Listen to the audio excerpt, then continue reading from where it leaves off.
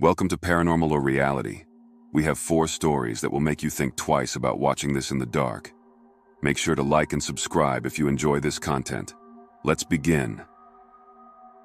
I had one on a railway track. My friend and I were in this small woodland area building bike jumps. Next to the wood was this railway track with steep sides leading down to it, as if a small hill had been cut into. Anyway, he goes up to the edge of one of the steep sides to look at the mountainside. I'm behind him tying my shoe, when out of nowhere, there's a man standing in the middle of the tracks, perfectly still facing the opposite side. He's probably about 80 meters away from us, so I can't make out in proper details. But it looked like he was wearing a green plaid shirt. It looked like he had a shotgun draped over his arm, like an unloaded shotgun with a brake barrel. I whispered to my friend, "Joe, look at that guy," immediately as I said it. The guy turned in our direction and started walking in our direction. We both ran out of the woods. I've never ran so fast in my life. I suppose it could have been an actual farmer as we were surrounded by fields, but I had no idea how he got there without us seeing him. The sides were really steep and overgrown with vegetation. Also, it was a live train track with trains passing through every hour, so I have no idea why he'd be standing in the middle of the tracks. If you want a bit of spooky coincidental information, it turns out the place we were building bike jumps was an old prisoner of war cemetery, where German soldiers were buried if they died while in captivity. The bodies had been exhumed long before we started digging there. The second time was again on the train tracks, this time on an abandoned train line that was in use by an old army camp that was there from 1960s. My friend and I were walking down the line, just exploring. We were slightly elevated so we could see the track in front of us for quite a way. The single track was flanked by hedges with a field on one side and the hospital grounds on the other. We got to a point where the track curved round to the left. Like I said, we were slightly elevated so we could see the track up ahead. When we looked, we saw 2 white figures walking up the tracks towards us, maybe 100 to 200 feet away. We immediately thought it was a couple of thugs or addicts in white tracksuits. We kept moving forwards until we hopped the first fence we could get over. We hid in the field for a while just waiting for these people to pass. No one ever did. We got back onto the tracks. There wasn't any sign of them. We carried on in the direction that they were coming from, but no one was there.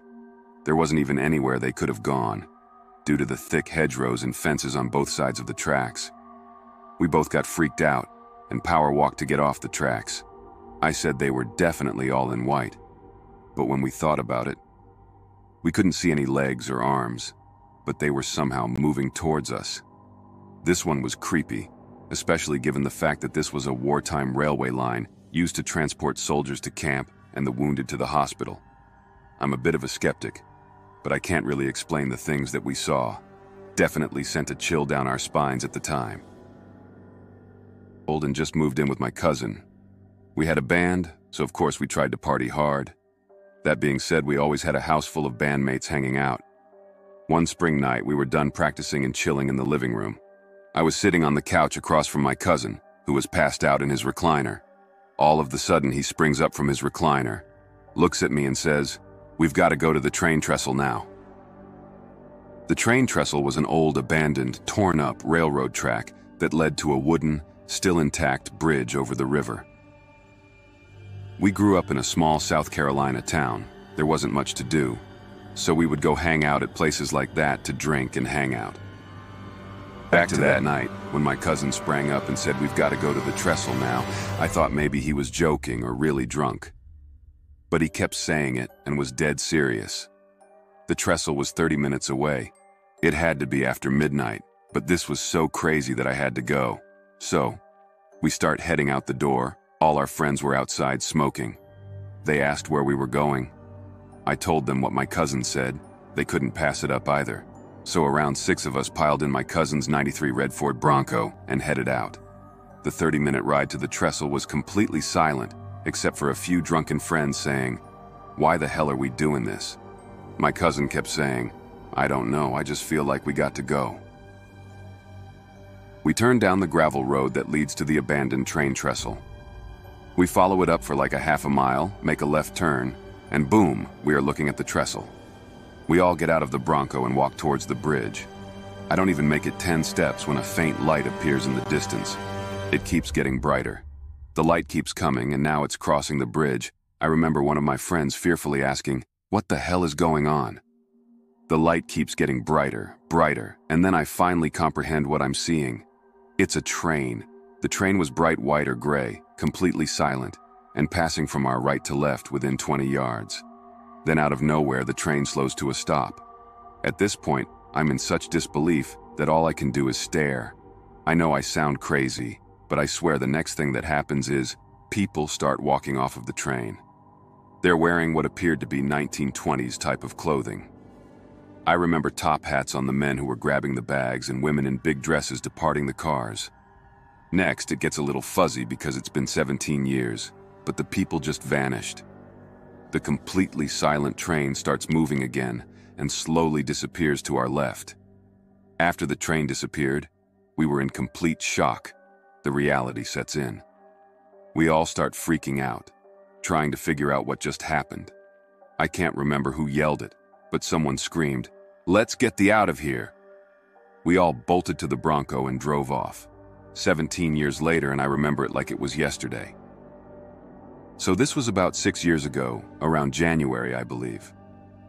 I was with 2 lifelong friends. We decided to go do something before we all shipped off to the military. I was going to be the first one to ship out. We first started off hanging out at my friend's grandma's house. We eventually got bored and drove down to this river that was in the back of these mountains in West Virginia. So the way this is set up, we had to drive uphill. Then there was a small patch of woods to walk through, probably 20 feet of woods. Then it opened up to a railroad track. Below the railroad track was a steep gravel hill that led to the riverbank. By the time we got there, it was dark, so we parked the car on the road and proceeded to walk down to the river. We didn't really have a plan. I just built a small fire on the riverbank. We sat around repeating inside jokes and laughing about dumb stuff.